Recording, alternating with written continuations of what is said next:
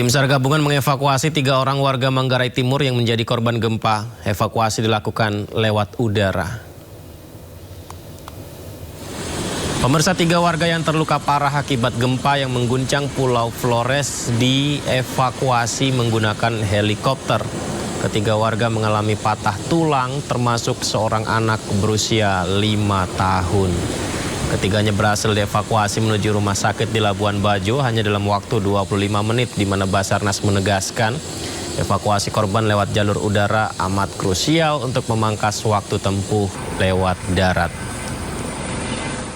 Nah, karena kalau perjalanan dari Labuan Bajo ini untuk menuju lokasi memakan waktu lebih dari 7 jam. Dan mudah-mudahan dengan keberadaan helikopter ini kita bisa menjangkau lokasi dalam kurun waktu kira-kira 25 menit. Mudah-mudahan cuaca bagus sehingga evakuasi bisa segera kita laksanakan dan para korban bisa mendapatkan perawatan lebih cepat yang terbaik. Untuk mengetahui informasi selengkapnya terkait penanganan korban gempa NTT, kita terhubung dengan rekan Muharlin di Kabupaten Sika, NTT. Selamat malam Muharlin, bagaimana situasi di sana sekarang?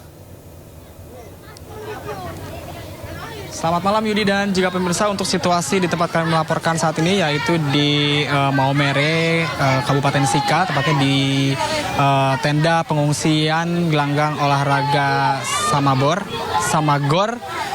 Terlihat di belakang saya ini para pengungsi yang didominasi oleh anak-anak sedang mengantri untuk antri mendapatkan minuman begitu. Dan memang untuk di wilayah yang salah satu wilayah yang cukup terdampak cukup parah yaitu di Maumere, Kabupaten Sika, dan berbagai bantuan juga memang sudah mulai berdatangan. Bantuan makanan, bantuan pakaian, dan juga bantuan dari sejumlah pihak. Ini salah satunya kami akan berbincang sedikit terkait dengan bantuan yang sudah diberikan kepada para pengungsi di sini dari relawan Dompet Duafa ya. Oke, selamat malam Mbak Siska. Dengan Siska Sulaiman dari Dompet Duafa. Mungkin dari Dompet Duafa sendiri sudah apa saja yang sudah bantuan yang sudah disalurkan bagi para pengungsi yang ada di sini, dan mungkin yang belum yang dibutuhkan apa saja? Baik, untuk saat ini alhamdulillah kita dari Dompet Duafa dari hari pertama bencana dari tanggal 15 sampai dengan hari ini kita sudah memberikan layanan pos hangat kepada masyarakat yang terdampak di Maumere sendiri. Kemudian untuk saat ini kami mendata bahwa ternyata ada beberapa kebutuhan ibu-ibu seperti selimut untuk bayinya, kemudian ada popok juga yang sangat dibutuhkan, kemudian selain itu susu juga. Dan ada beberapa ibu-ibu yang menyampaikan bahwa mereka juga ternyata membutuhkan kebutuhan untuk memberikan kehangatan kepada anak-anaknya seperti minyak telon dan lain sebagainya. Itu untuk saat ini.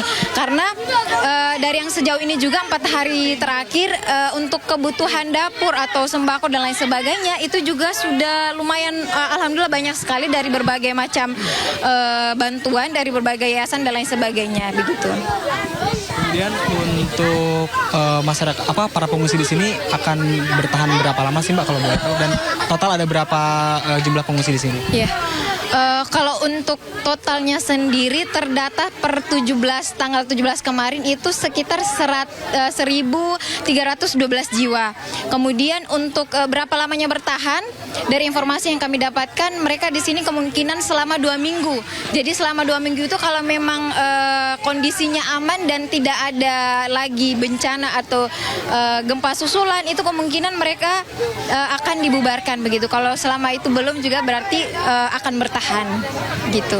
Selain bantuan berupa makanan dan juga pakaian, apa saja ini kan didominasi banyak kan anak-anak yang ya, mungkin ada program sendiri terkait dengan mungkin ada trauma healing dan juga memberikan hiburan kepada anak-anak, ada nggak sih? Terkait dengan hiburan untuk adik-adik yang ada di pengungsian Maumere ini, kami juga sempat diskusikan juga bersama dengan tim relawan Dompet Duafa yang ada di Maumere. Kami berencana untuk mengadakan kegiatan-kegiatan yang bernuansa memberikan keceriaan kepada adik-adik yang ada di sini. Tadi juga kita sudah berkoordinasi juga dengan Kemensos untuk mendiskusikan besok paginya di jam 10 itu kami mendiskusikan terkait terkait dengan jadwal apa saja yang nantinya kita mau ngadain beberapa hari ke depan.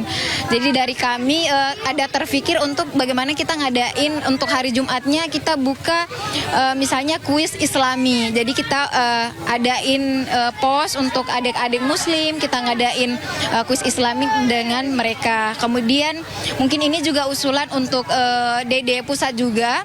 Kami ingin mengadakan mungkin bisa dipertimbangkan juga untuk adanya musola darurat. Jadi hadirnya musola darurat ini kalau sudah ada kita juga bisa memberikan layanan pengajian untuk adik-adik di malam hari habis Isya misalnya begitu. Mbak Siska atas informasinya dan tadi perbincangan saya dengan salah satu relawan dari Dompet Duafa yang mengatakan memang untuk bantuan makanan dan juga pakaian memang sudah cukup banyak berdatangan dan yang paling dibutuhkan saat ini yakni kebutuhan bayi, kemudian kebutuhan pakaian untuk lansia terutama selimut dan juga kebutuhan susu bayi, di mana yang di Maumere ini sendiri Yudi dan juga pemirsa merupakan salah satu wilayah yang terdampak cukup parah. Begitu selain daerah lainnya ada juga daerah lain yang terdampak seperti daerah ND, kemudian daerah Sika, di seluruh daerah di Kabupaten Sika, dan kami akan terus mengupdate seperti apa nanti perkembangan ataupun kondisi para pengungsi di khususnya di Maumere, Kabupaten Sika, Provinsi Nusa Tenggara Barat. Saya kembalikan ke Yudi di studio.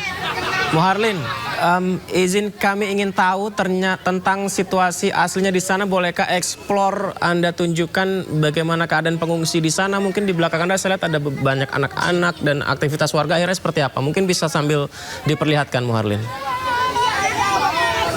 Oke, baik, ini saya akan memperlihatkan sedikit kondisi pengungsi di sini. Ini di sebelah kiri saya ada salah satu tenda yang dibangun oleh Dompet Duafa. Karena hari sudah malam, aktivitas mereka tadi sudah mereka bareng-bareng begitu untuk mengambil makan malam. Sekarang kondisinya mungkin sedang banyak yang istirahat juga mengingat malam sudah di sini sudah mulai memasuki pukul 9 waktu Indonesia Timur, dan juga selain para pengungsi yang tengah beristirahat, juga di sebelah kanan saya ini juru kamera saya akan memperlihatkan situasi dari anak-anak yang tengah ini lagi pada antri untuk minum begitu Yudi dan juga pemirsa. Saya akan mencoba berbincang dengan salah satu. Nah, sini ada yang mau ngomong. Namanya siapa? Firdaus di sini dari pagi sampai sekarang ini ngapain aja nih kegiatannya kalau main sama teman. Senang nggak di pengungsian sini? Senang. Apa aja sih yang kamu butuhkan gitu selain makanan dan pakaian, apa saja yang diperluin gitu?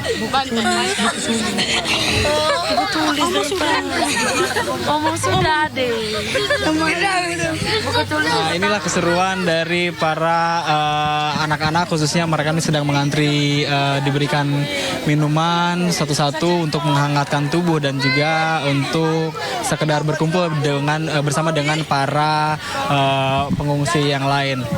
Yudi. Baik, terima kasih banyak Muharlin. Semoga saja laporan Anda ini benar-benar didengar oleh pemerintah sehingga bantuan tepat sasaran, tercukupi, dan masyarakat di sana bisa bangkit kembali. Terima kasih Muharlin, selamat bertugas kembali. Baik, informasi lain pemirsa, Kepala BGN Sudaryono menginstruksikan seluruh SPPG terdekat di sekitar lokasi bencana gempa NTT untuk siaga membantu pemenuhan makanan bagi masyarakat terdampak. Sebagai langkah penanganan darurat, BGN resmi merevisi Surat Edaran Nomor 7 Tahun 2025 yang disesuaikan dengan kondisi tanggap darurat terkini. Menyampaikan kepada dapur-dapur di wilayah terdampak gempa yang hari ini terjadi gempa di NTT, saya hari ini akan keluarkan surat edaran terkait kebencanaan khususnya untuk semua dapur. Nanti silakan diperdomani. Jadi saya minta untuk koordinasi dengan BNPB, kemudian dengan pemerintah daerah di situ, bagaimana dapur-dapur yang terdampak maupun dapur-dapur yang tidak terdampak, dia dapurnya tidak terdampak tapi dekat dengan lokasi bencana, maka apa yang harus dilakukan, ikuti Surat Edaran Nomor 7 Tahun 2025 yang hari ini saya akan revisi dan kemudian kita kirimkan ke Anda semua melalui saluran email tadi dan juga melalui berjenjang. Ya pemirsa, kalau ada kuis sebutkan sila kedua Pancasila. Jawabannya apa? Kemanusiaan yang adil dan beradab. Ya, soalnya PLT Bupati Pati salah membacakan teks Pancasila di sila kedua pada upacara kemerdekaan. Ada nggak Bu? Jadi PLT Bupati Pati Risma Ardi Chandra viral setelah salah membaca sila kedua Pancasila saat upacara Hari Kemerdekaan. Kesalahan dilakukan saat menyebut sila nomor 2 menjadi keadilan yang adil dan beradab. Wah, salah itu ya. Meski begitu peserta upacara tetap menyebut yang benar sila kedua, yakni kemanusiaan yang adil dan beradab. PMK Pati pun memberikan klarifikasi di mana katanya ternyata Bupati Pati atau PLT Bupati Pati lagi kurang sehat, sedang sakit sehingga kurang fokus dalam membacakan teks Pancasila. Cepat sehat ya Pak Bupati. Pancasila. Satu. Ketuhanan yang Maha Esa. Dua. Keadilan yang adil dan beradab. Tiga. Persatuan Indonesia. Empat. Kerakyatan yang dipimpin oleh hikmat kebijaksanaan. Dalam permusyawaratan perwakilan. Lima. Keadilan sosial bagi seluruh rakyat Indonesia. Berita viral lagi di Sanggau, Kalimantan Barat kali ini. Oknum pejabat tidak hiraukan anak-anak yang tampil pasca HUT kemerdekaan RI, pemirsa.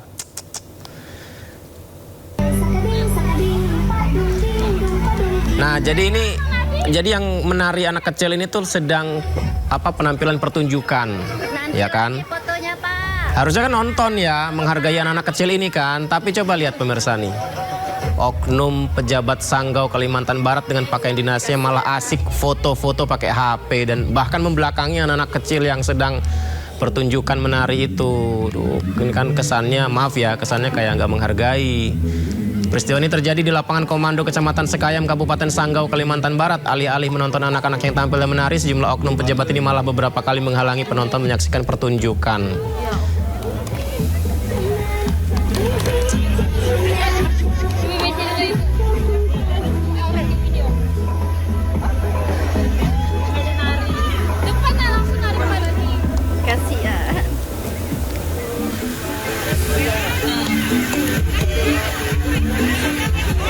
BMKG memprediksi gempa susulan di wilayah NTT akan terjadi hingga 3 atau 4 minggu ke depan. Hingga Selasa kemarin terjadi ribuan gempa susulan pasca gempa magnitudo 7,7 yang mengguncang NTT.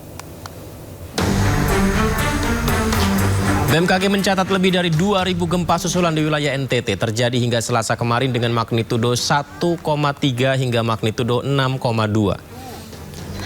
24 gempa susulan dengan magnitudo di atas 5 dan 70 kejadian dirasakan masyarakat NTT. Adapun sejumlah wilayah berstatus siaga antara lain Manggarai bagian utara, Ngada bagian utara yakni Ende, Flores Timur dan Jeneponto.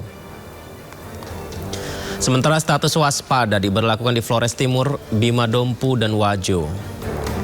Masyarakat NTT dihimbau menghindari bangunan retak atau rusak serta tetap waspada dengan gempa susulan. BMKG terus memantau aktivitas gempa bumi susulan dan menyampaikan pemutakhiran informasi secara berkala kepada masyarakat.